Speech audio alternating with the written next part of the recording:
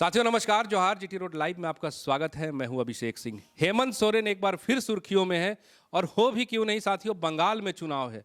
इस चुनाव को लेकर के तमाम झारखंड से जुड़े जो राजनीतिक दल हैं वो लगातार कोशिश करते रहे हैं कि वहां अपनी उपस्थिति दर्ज कराएं, चाहे वो आजसू पार्टी ही क्यों ना हो, चाहे वो जेएलकेएम के जो सुप्रीमो हैं टाइगर जयराम महतो ही क्यों नहीं हो। और इस कड़ी में अब हेमंत सोरेन भी बंगाल के दौरे पे जा रहे हैं। 18 अप्रैल से लेकर के 20 अप्रैल के बीच में हेमंत सोरेन जो हैं वो बंगाल में रहेंगे और बंगाल में जंगल महल से जुड़े जो क्षेत्र हैं, वहाँ के लगभग 40 विधानसभा सीटें हैं, वहाँ पे उनका जो है चुनाव प्रचार होना है।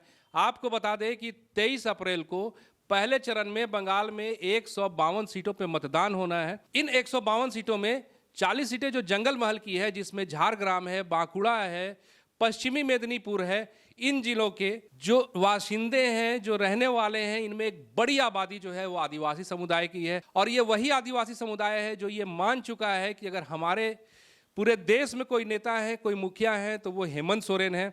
आपने देखा किस तरह से कि बंगाल चुनाव के पहले हेमंत सोरेन जब आसाम गए थे, आसाम में उन्होंने सभाओं को जो संबोधित की थी और उस सभाओं में जो एक भीड़ देखने के लिए मिला था, वो ये साबित करता है कि हेमंत सोरेन की लोकप्रियता अब सिर्फ झारखंड में ही नहीं है, झारखंड से जुड़े जिलों में ही नहीं है। और गांव कस्बों की कही जाने वाली झारखंड मुक्ति मोर्चा जो है अब वो पार्टी नहीं रही, बल्कि इसका विस्तार न सिर्फ झारखंड के शहरों में, और उसी तरह से देखिएगा तो हेमंत सोरेन का विस्तार न सिर्फ झारखंड में बल्कि झारखंड के बाहर पूरे देश, पूरे दुनिया में है। आप देखिए कि किस तरह से विगत 6 से 7 महीनों के अंदर में, चाहे वो बात आसाम की करें या अन्य राज्यों की, आदिवासी समुदाय से जुड़े जो लोग हैं, संगठन से जुड़े जो लोग हैं, वो लगातार आते रहे हैं, हेमंत सोरेन से मुलाकात करते रहे हैं। तो इससे ये साफ तो होता है कि कहीं भी चुनाव हो, जहां भी आदिवासी समुदाय हो, उन सब के बीच हेमंत सोरेन की न सिर्फ लोकप्रियता बहुत ज़्यादा है बल्कि वो जो है निर्णायक भी रहेंगे। इस तरह से बंगाल के चुनाव में आप देखिए कि लगातार, चाहे भारतीय जनता पार्टी की हम बात करें तो चंपई सोरेन जो है वो चुनावी दौरे पे हैं, भारतीय जनता पार्टी का झंडा बुलंद कर रहे हैं वहाँ पे। और कई एक सभाओं में उनकी कोशिश यही है कि जो आदिवासी वोट है वहाँ उसको भारतीय जनता पार्टी साध सके।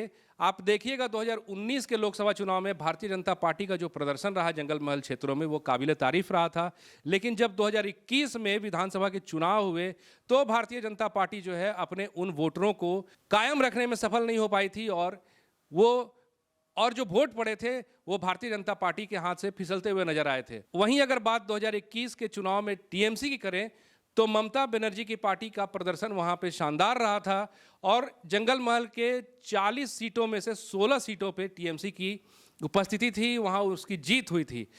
लेकिन अब ये देखना है कि इन सभाओं से हेमंत सोरेन वहां कितने निर्णायक होते हैं, क्योंकि हेमंत सोरेन की उपस्थिति वहां पे एक निर्णायक भूमिका के तौर पे होगी। वो इसलिए आपने देखा किस तरह से आसाम में जो भीड़ उमड़ा था, कुछ ना कुछ ऐसी ही उम्मीदें वहाँ पे भी है। वहाँ भी आदिवासी से जुड़े तमाम मुद्दे वही हैं।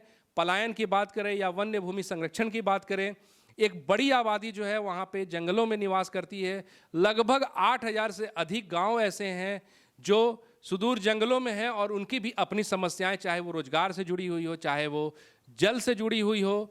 मतलब कहने का साफ है कि जल जंगल जमीन की ये जो पार्टी है ये वहाँ के वोटरों को किस हद तक लुभा कर रखती है, ये तो 4 मई को पता चलेगा जब मतों की गिनती होगी। साथियों, इसको लेकर के आपने देखा होगा किस तरह से लगातार टाइगर जयराम महतो भी जो है वो जंगल महल के क्षेत्रों में, खास करके पुरुलिया जैसे क्षेत्रों में लगातार सभाएं कर रहे हैं, वहाँ पे भाषण दे रहे हैं। और उनकी भी जो मांग है वो वही है कि किसी न किसी तरह से वहाँ के जो आदिवासी और महतो समुदाय से जुड़े वोटर हैं उनको वो साध सकें। इसको लेकर के वो लगातार ममता बनर्जी पे हमलावर भी रहे हैं।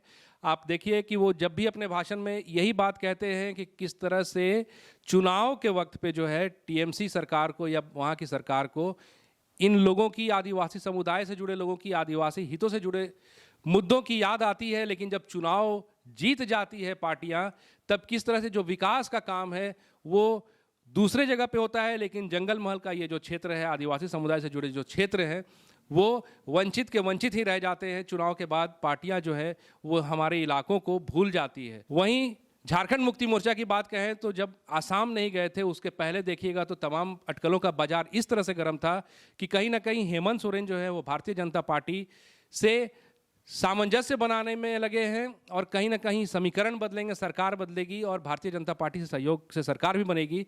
लेकिन आसाम चुनाव में जिस तरह से वो भारतीय जनता पार्टी पे हमलावर रहे, लगातार उन पे आरोप प्रत्यारोप करते रहे और खुल करके भारतीय जनता पार्टी को जिस तरह से उन्होंने कहा, उसके बाद ये तो स्पष्ट है कि कहीं भी अब हेमंत सोरेन या झारखंड मुक्ति मोर्चा और भारतीय जनता पार्टी के बीच जो एक साठगांठ की संभावना थी वो नहीं होगी। इससे पर्दा जो है वो उठ गया था। लेकिन क्या इतने ही हमलावर वो बंगाल में होंगे? क्या फिर से वो भारतीय जनता पार्टी पे उसी तरह से आरोप प्रत्यारोप जो है वो लगाएंगे और उनका ये अग्रेसन किस हद तक काम आएगा, ये आने वाला वक्त बताएगा। साथियों, आज के लिए बस इतना ही। जाते जाते आपसे वही आग्रह है कि अगर आपने हमारे चैनल को सब्सक्राइब नहीं किया है तो ज़रूर कर लीजिए। हमारे वीडियो को लाइक, शेयर और कमेंट जरूर कीजिए। आज्ञा दीजिए। नमस्कार। जय हिंद, जय भारत।